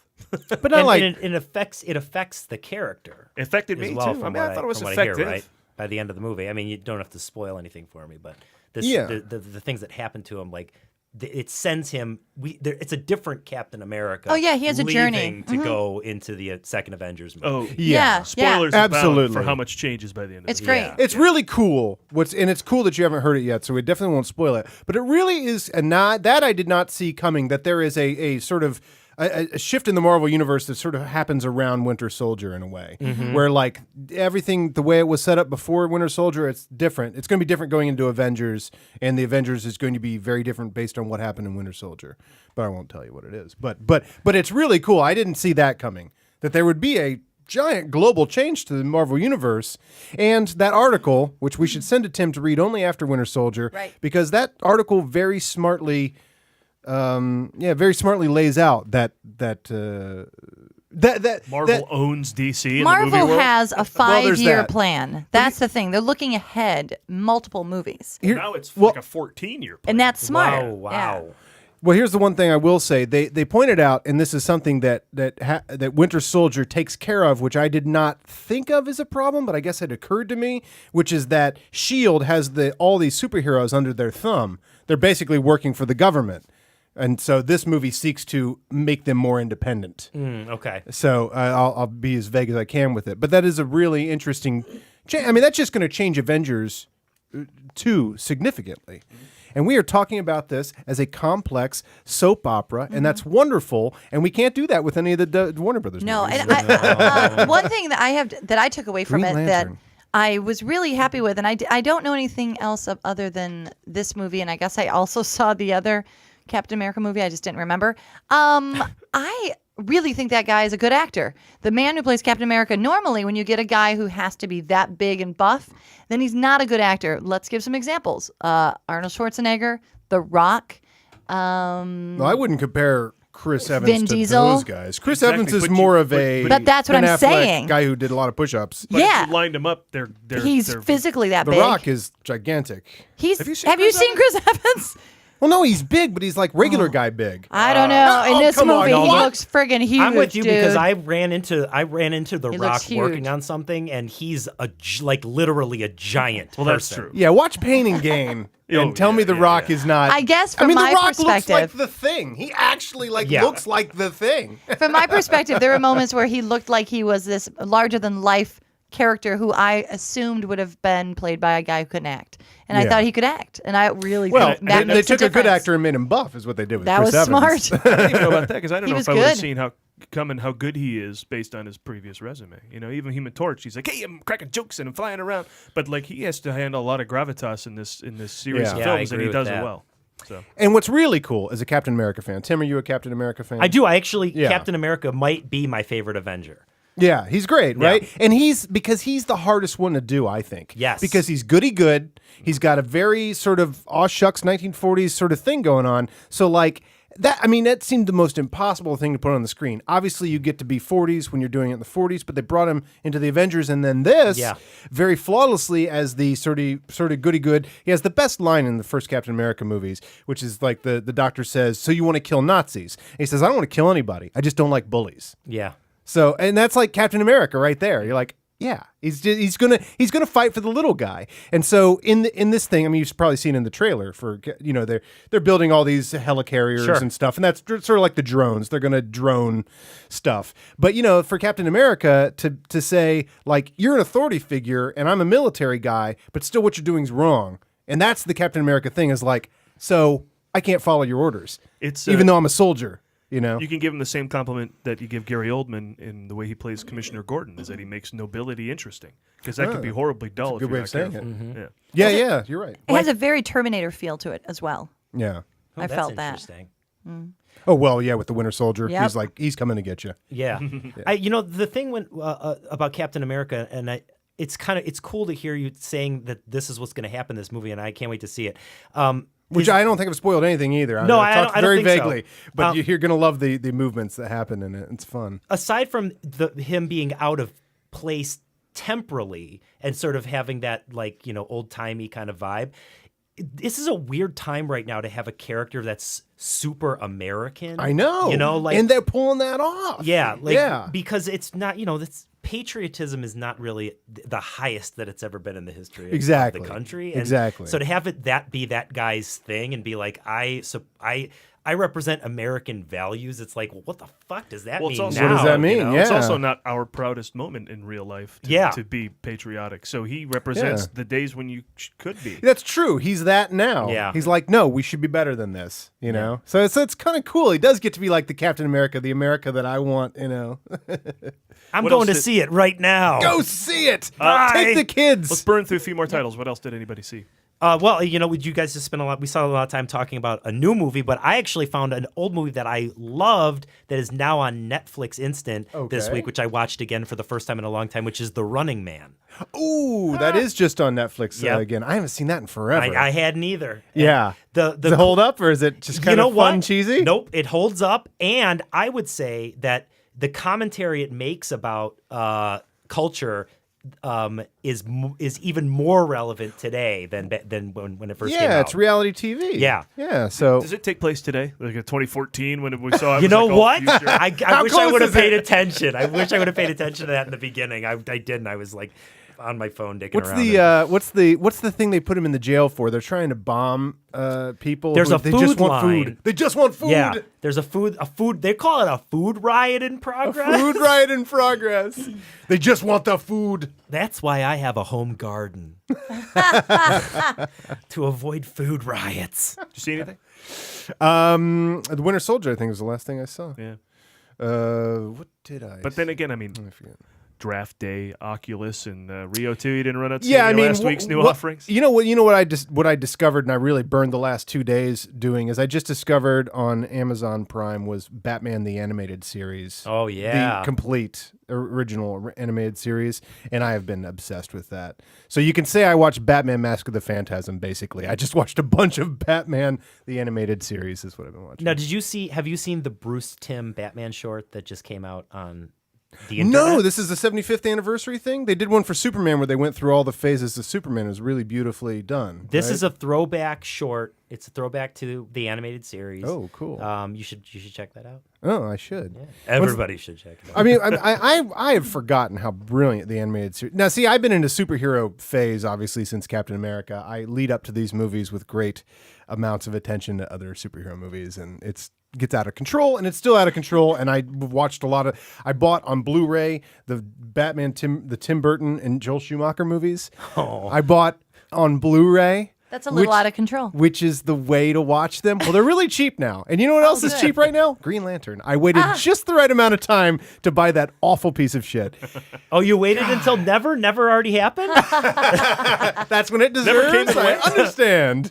All right, let's do a little something else with Tim while we got you here. 5. Said 5. What? Yeah, 5. What? Questions for other guests. 5 questions for other guests who aren't Tim Jennings, but Tim Jennings is here, so we're going to ask him to him. Oh, no. Yeah, we're sorry. We had written these questions for other people who didn't show up, but we were too lazy to write specific questions for you. So I hope you don't mind if we just ask you the other questions from the other people. No, I'll help you. I'll help you guys out. So, Tim, based on all your seismic data, where do you foresee the next Southern California earthquake's epicenter being? Oh, the epicenter of the next one? Yes, just so we can be prepared. It's going to happen at Staples Center. And it's going to be Clippers fan. It's going to be a ticketed event. Oh no, wait, that's the Kings, right? The Kings, Clippers yeah, and Kings. Yeah, they all play there. Maybe they could have it be pay-per-view as well. Oh, it's going to be Awesome. pay-per-view. Oh, yeah, good. yeah. We're going to know when it happens. It's going to be like the party on Independence Day when everyone knows the world's going to end, so they're up on the top. And they're of all that. waving at the aliens. Yeah, we'll be like all psyched, and then we all get crushed by the Staples Center falling on our heads. That's good news. I'm glad we know now so that I don't go out and buy water because apparently it won't bother us. Yeah, it's not. You guys are going to be fine. Okay, good. I'm curious, how will your late night show, The Late Show on CBS, be different than David's? I'm glad you asked me that. Yeah. It's going to be deadly serious. Oh God. Oh, It's that's gonna be. That's a good We're idea. gonna tackle some really serious, important, heavy topics. But this- it Top sounds 10 like- world diseases and stuff like that. It sounds like 10 world diseases. it's going to be Phil Donahue and Oprah Winfrey. Can Bill Murray still be your first guest? Oh yeah, he's going to be on. First guest, Bill Murray. We're just going to talk about famine. Yeah, we can't not do Bill Murray as the first guest. Are you kidding me? We're not crazy.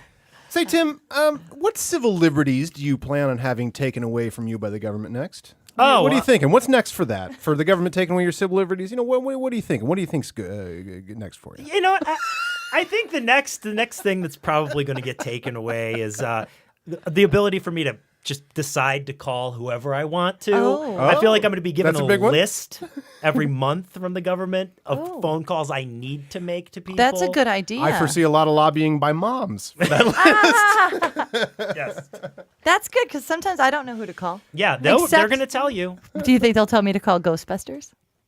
Maybe. No, because that's who you want to call. All right, the government They is want told- you to Not call who you someone wanna, else. who you're gonna. Who are you gonna call? Not all you can, or not all you want to eat. All you can eat. Listen, Tim, congratulations. Your Atlanta Hawks have made it to the Thank NBA you. playoffs. Thank you. What a road. What a road it was. No, thanks much to your play. Yeah, well. How do you plan on losing this year? We actually are going to be playing outside. Oh. Yeah. Yeah. Will the other team be weather. there? We're going to have an outdoor stadium. A lot of weather to be a factor. Yeah, a lot of weather, a lot of wind, rain. Well, we're going to play no matter what That's exciting. on a clay court. Is that so you have something to blame other than your poor play? No, we just think we're good enough. It's time. It's time for an outdoor basketball venue. And Atlanta's the place. And audiences are allowed to throw stuff on the court. And lastly, I just was curious because this has been bothering me. Outside of the epic career you had with Hole and the turbulent marriage you had with Kurt Cobain, Sure. tell me, where exactly is Flight 370? Because you said you knew. Yeah, right. Okay, so you know that one? Yeah. There's that one. There's a. Okay. Yeah. Like 300 miles off the coast of the Philippines. Right, because I saw you put a picture up on Facebook. Yeah. There's Is that like near the oil slick? No. See, that's the thing. That's the thing. Oh, It's okay. nowhere. The oil slick doesn't even have anything to do. You read the rest of my post. okay. Oh. There's a dinghy. Okay. A dinghy? It's dinghy D5. Uh-huh. Okay. 25 miles east of that. Okay. Yes. There's going to be some pings happening. I heard that the pings were happening. Yeah, there's going to be some pings happening. Those pings Yes. are coming from an underwater terrorist base. You're What? going to hear about I'm Wait. going to be on Fox News tomorrow morning talking about it. They've got the plane. Underwater? It's underwater. It's in the ocean. The terrorists are very advanced. They've got the plane. Everybody's God. alive. Don't Well, worry. now- Everything's And fine. is Kurt Cobain down there with the plane? No, Kurt Cobain's dead. Oh, all right. I'm Cobain sorry. is dead. You're not crazy. You just found a plane. I'm Well, thanks, sorry. Tim. We learned a lot there. Yeah. I'm excited. That's why we ask these things, because what do we know, right? We don't know stuff. But we do know one thing. Uh-oh. It's time once again for Karen's big finally. Karen's birthdays, where she celebrates the birthdays of those who make the movies. Exciting. Karen. It is horribly exciting. So let's start off this week by birthdays by wishing a very happy birthday to a friend of the show and past Showcast guest, Mr. Joel Murray. Oh, Yay! Joel Murray. who turns 52 but can play anywhere from a lovable Pixar cartoon character to a lovable, cold-blooded murderer who calmly kills people who have committed blatant acts of cruelty and stupidity against their fellow man. Oh, yes. That's true. God bless America. Yes, God bless America. He has quite a range. Joel was a very good guest. He was one of the best we've had, and we learned that he does a killer impersonation of his brother, Brian Doyle Murray. Wow. Of course, much like I'm sure you do a good impression of Sean. I also do a great impression of Brian Brian Doyle Doyle Murray, Murray. though. Who knew? Let's give this a listen. Wait, Brian Doyle Murray does the NFL films? We had him do the NFL films. Oh, As Brian Doyle Murray. It's really great. The 85 Bears. The greatest one-year dynasty ever to attack football. Richard Dent. A great impersonation. Super Bowl MVP. The day had never gotten any better. The punky QB. Jim McMahon, good friend, good drinker, good golfer. Great guy to hang around, actually, quite frankly. Matt Suey. Back when there was a fullback. That was great. Not only is he ridiculously funny, just like his whole family is all ridiculously funny, but they're all great guys, and they have a restaurant in Florida called the Murray Brothers Caddyshack, where they do a huge golf tournament every year for charity, and they are great guys and great golfers. Good guy. He also Good did an guys. impersonation of Bill, which of course it's his brother. He can do an impersonation of Bill, but I'd never heard anybody do a Bill before. No, I haven't. It was perfect. And once you've heard someone do an impersonation, you can then do it. So like it was fun. If we'll have to play it our podcast for you sometime. But he does Bill, and it's great. Wow. It's like Bill does have a He does Bill trying about him. to goof on him out in the When they're out in the golfing. course. Yeah. Like when he's about to drive, he starts talking about stuff to him, razzing him. It's a great impersonation. You know, you should learn the names Joel, of all these trees. Of all these trees. Talking about great guys, let's also wish a happy birthday to everyone's favorite hoser, Rick Moranis, who turns 61. 61, awesome. can you believe that? Wow. But can play anywhere from a Ghostbuster to a man with a very large helmet. As you can imagine, my favorite Rick Moranis movie is Ghostbusters, but I want to put it out to you guys. What are some of your favorite Rick Moranis movies? Well, that's a great one because he improvised much of his lines. no shit. In that. You're kidding. I think those are. I think those are improvisation. With He Ghostbusters. is a genius, by the way. Yeah. Go ahead. What were you I was going saying? to say with Ghostbusters, he wasn't originally the one that they're going to have do the part. It was going to be John Candy, but John Candy Wow, came in with this that's so crazy different. That's right. idea of making him very militant and this German soldier and very square and kind of violent. Thank God they And- didn't do that. Oh, my God. So they said, no, you have a different idea, and they brought in Rick Moranis. But I know which John Candy they wanted. There is that sort of like John Candy character. where Goofy, he's just funny. a little more goofy. Okay, guys. kind of like you the know, so- uncle, kind That of. was a great Joel Murray. Yeah. That was a great. I just did a Joel Murray. Punky QB. Good guy. But I got to tell you, Stephen Lewis, who was our guest 2 weeks ago, Yes. and brother, he is a huge SCTV fan. He has all these great mixed videotapes and stuff, and he sat me down and showed me just amazing.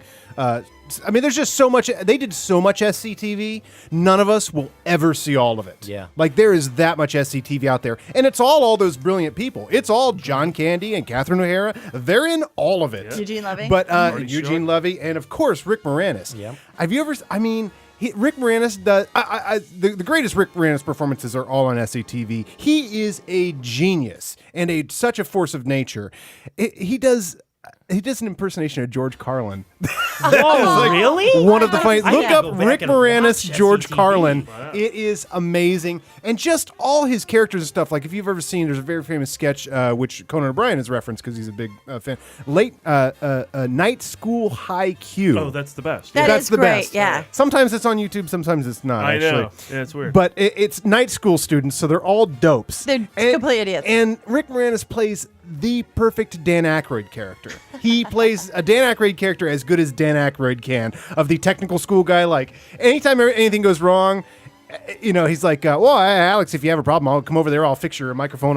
He's got this whole, but the number of characters in the show is astounding. Yeah. He's amazing. I would say outside of Ghostbusters, Spaceballs, which you referenced. Oh, yeah, Spaceballs. And Strange Brew. I mean, those are probably the top three. Oh, Strange. What about My Blue Heaven? That's I a loved different. My Blue Heaven. Yeah, it's Yeah. a He's different kinda Parenthood kind are of both character.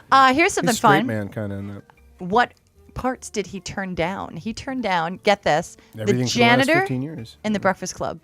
different. And get this is fun. He Ace- would have pulled that off. I'm He would've thinking been about good. him like, nah, John Capellos is purple. Then again, Then again, he'd surprise you. Didn't he? This is so crazy. You know the movie Gone Fishing? It's a Yeah, terrible Joe movie Pesci with and- Joe. Heard of it. You know those two great comedians, Joe Pesci and Danny Glover. Oh my God, goodness. It I was wanna see that originally now, too. Oh, originally meant for John Candy and Rick Moranis. That would have been great. But then John Candy died. but that script was the So- one that we saw, so they didn't do it. No. I've And never John seen Candy that. knew to die before that happened. And lastly, That's Ace how badly he didn't want Ventura. He was originally cast as Ace Ventura. Man. Whoa. Isn't that That would weird? have changed history. Marvel should do a what if comic book based on him doing Ace Ventura. What if Rick Moranis played Ace Now, Ventura? you alluded to the fact that he hasn't done anything in 15 years, and then not to make birthdays sad, but the reason he stopped is because his wife died of cancer in 91, and he thought to himself, what's the one thing that he wants to give to his family and his children? Because she was no longer there, and he said, I want to be a full-time dad. So he just decided to be home when the kids came home. And once he started doing that, of course, he couldn't do as much work. But now the kids are getting older, so he's slowly getting back out there. He most recently did a voice of Brother Bear in some sort of animated movie. Still, that's 10 years ago. He did 2 country albums. That's just what I was going to is that mention. right? Yeah, he did 2 country did- albums, and they're pretty good. Like Steve got one of them, and The and they're pretty agoraphobic, good. the agoraphobic cowboy Yeah. is the country album, and the other one, which isn't necessarily a country album, but it's a Jewish sort of enjoying your roots kind of album called My Mother's Brisket and Other Love Songs. That one I haven't heard. Well, you're going to, because Oh. if Lee were here, he knows how much I love to hear celebrities sing. So I decided Well, that's I perfect. love the country one, but why don't we go with the one about briskets? And we'll listen to a little something called, I think, Poo Poo Poo? Oh. I think that it is. Is that like poo-poo, the poo-poo platter? It's, isn't there a food called poo-poo? Perhaps. You must eat the poo-poo. Feldman's man today look great. Mindy graduated with a 3.8. Hey! Milty says they're just about to renovate. And don't tell anybody, but Debbie is late. Oh! This is not that great. Country song I heard was pretty good. Actually, I've heard the country songs. They're kind of They're like not this. bad. Both of these types of songs, they're just different types of songs, but his music has a general, like, nice quality to it. Yeah. They're sort of just He's very simple, sweet. likable. They're not, Well, he Kinda just like talked this. about a girl being perhaps pregnant, but instead of saying she was a whore, he said she's late. She's late. You know, not for yeah. nothing. So that's it. I think Martin Ferraro did the same thing. The guy who was the lawyer who was killed by the dinosaur, the T-Rex. Yeah. in, He's a great Jurassic guy, Park. too. His son had autism, and he said, "I'm done, Oh, wow. and now I got to take care of my He kids." doesn't have as much money to sit on as Honey, I Shrunk the Kids does. No. Yeah. Oh, yeah, I forgot about that. He's also putting a klezmer album out. It'll be out. Hey, well, that does it for another Showcast, everybody. Follow us on Twitter at The Movie Guys, on Facebook at facebook.com/The Movie Guys, as well as on YouTube, iTunes, SoundCloud, Vine, Instagram, LinkedIn, all that shit. Thanks to Tim Jennings. Thank you guys for Mr. Tim having Jennings. me. Pleasure to Thanks hang a out with lot. you Thanks again. very much. Catch thesouptv.com for Tim's hijinks. Yeah. And thanks also to Steve Schultz for his writing contributions to the show every week. And thanks to the Phoenix Film Fest for housing us last Yay, weekend. and these wonderful parting gifts. For not getting Amazing. questions about Doctor Who We should right. give these away on themovieguys.net or something. There's a Whoa, you didn't win these. Oh, well, They this did. is What true. are you This is doing? true. This is true. Give our shit away. Look, I'm just saying. I'm trying to raise some awareness. So, people will come in and Prayed like a motherfucker to win that. Of course, I'd like to thank God. And remember, you can find everything we're up to at themovieguys.net. We'll see you next week with a new guest and 3 new films to talk about. Thanks for listening. Oh, also, go on Netflix.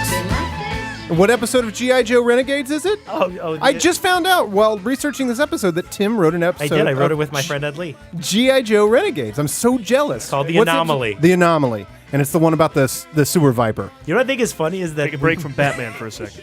Exactly. I plugged the website I write for and an episode of G.I. Joe I wrote like years ago, but none of the TV shows I'm actually on right now. What are you on? 2. You're on a TV show right now? Yeah. What are you on? I'm on the I just Playboy. went to your IMDb. I'm on the Playboy show Walk of Shame, Foursome Walk of Shame. You're which like is a on host every on it? Saturday. I'm one of the comedians on it. What? And then I'm also on a show called Rockpocalypse, which is premiering in June on Access, the station Access. Yeah, Access. I hate to say this, Which but used to be HDNet. It's hard for me to take what you're saying seriously with this crazy clarinet music. I wouldn't have it any other way. Oh, well, congratulations Thank on you that. very That's much. awesome. I Thank didn't you. catch that on the IMDb. It's- Yeah, I'm it's sorry. not I up gravitated there. to It's G.I. not up Joe. there Yeah. yet. Of course But you of did. course, I want everyone to watch Anomaly. Well, look, that's still the most impressive to me. I'm like, you wrote G.I. Joe. All right, goodbye, everybody. All right, get out of here. Bye.